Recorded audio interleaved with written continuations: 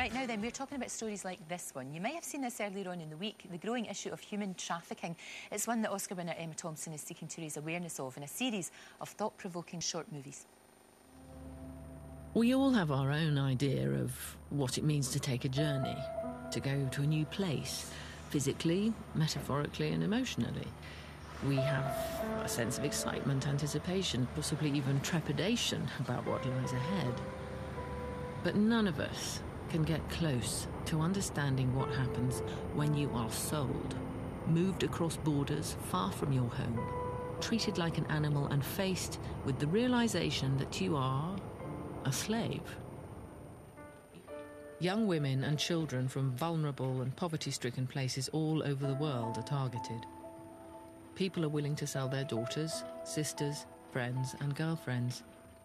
Now it's the third largest business in the world.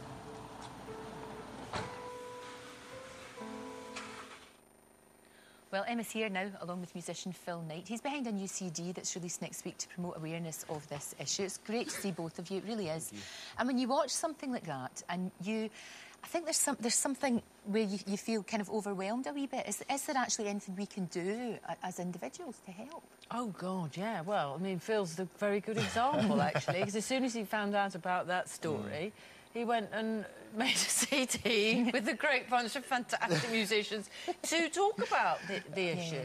Well, I mean, I think that's the thing with it. It's such a dark topic, and it is dark, that to make something light-hearted, like the CD, the album, kind of makes people aware, but they don't, you know, they've bought it, but they...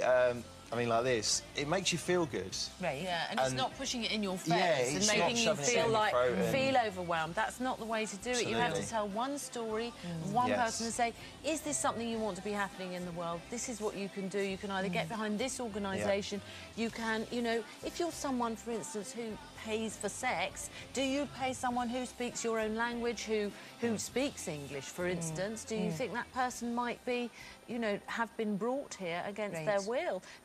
And if you work in a chemist and there's a girl comes in, she doesn't speak English, she's buying tissues, condoms, and she's not communicating with you. There's so many ways in which we can open our eyes, because it is hidden, isn't it? Because it's a criminal business. And the thing is, the traffickers... The third largest. After arms and drugs, and it's easier to move people around because, of course, they can be so intimidated that they're not going to tell anyone anything. That was the thing that kicked all this off for me, personally, because when I saw Journey in Trafalgar Square,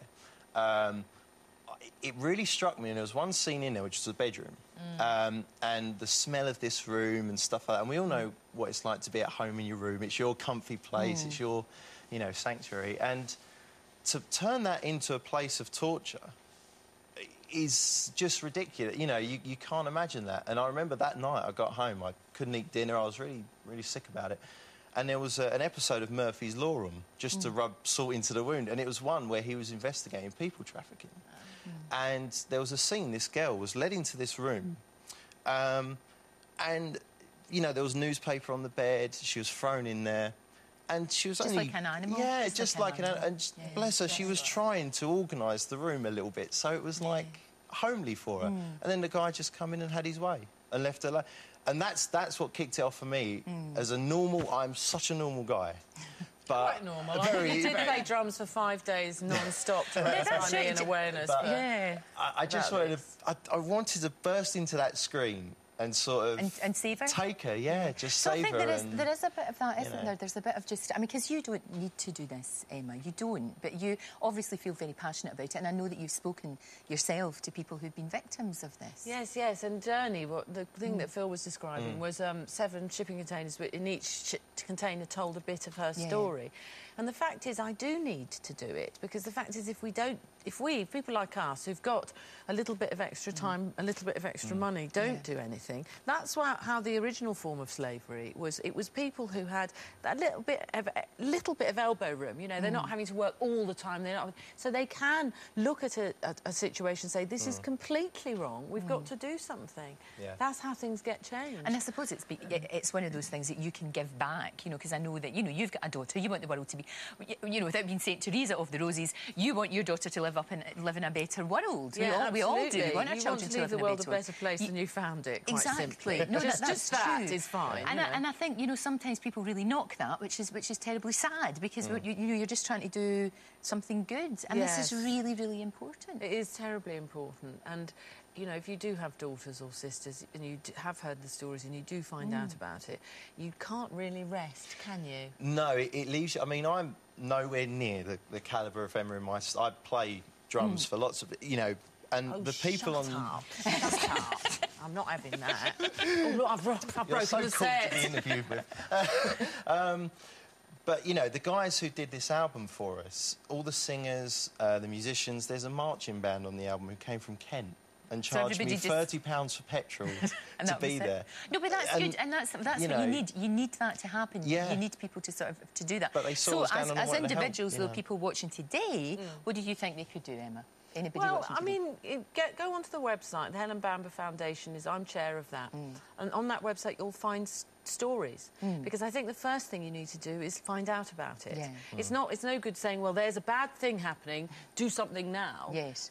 My job is that I'm a communicator. I tell stories, you know. So I want people to hear and see those stories, and then they can decide what they want to do. Everyone's an individual. Some people might not want to get involved and send some money. Some people, like Phil, might suddenly say, I want to play drums for 5 days without stopping in Leicester Square, and then make a CD with a bunch of musicians who turned up and done it for nothing. Or some other kids who just come out of drama school and went through Journey and wrote a play and took it to the Edinburgh Festival. So there's a ton of things that you can do. You don't have to be artistic if you don't feel that you're that way inclined. But you can also keep your eyes open. And you can talk to people about it, because, as Phil was saying, it's a hard subject, and everyone... And because it's connected in people's minds to prostitution, and then they turn away from that because they think that's possibly, you know, a wrong thing. They're not looking at the whole thing and the real picture, and the fact that, certainly in the case of trafficked women, even though they're working in that area, they have been forced into it. There's nothing, to me, more perverse and dark. They're amazing people, and they come over because they want to improve on their lifestyle. They want a better life, and then they end up getting shot, and it's absolutely desperate. It really is. I think what you're doing is brilliant. I really do. Thank you. And I wish you all the very, very best with it. And I can't let you go without saying thank you for Nanny McPhee. There's going to be another one, isn't there? Nanny McPhee the third. Do you think? Working on that? Nanny McPhee, as I am really originally calling it at the moment. Right. I'm able to think of a better title than that in the next couple of years. Excellent. Yeah, no, I'm writing good. that. No, I really like that. Drop in, sorry, if people go to www.justenougghfortherealworld.com, they can find out about this whole project that we're up to. We'll stick it in our website and do all that sort of stuff. Fantastic. Great to see you, both of you, and thank you so much. Good luck with it. Thank Good luck you. with it. It's important. Cheers. Thank you. Still to come this morning, Marta St. Lewis is standing by to help save you money.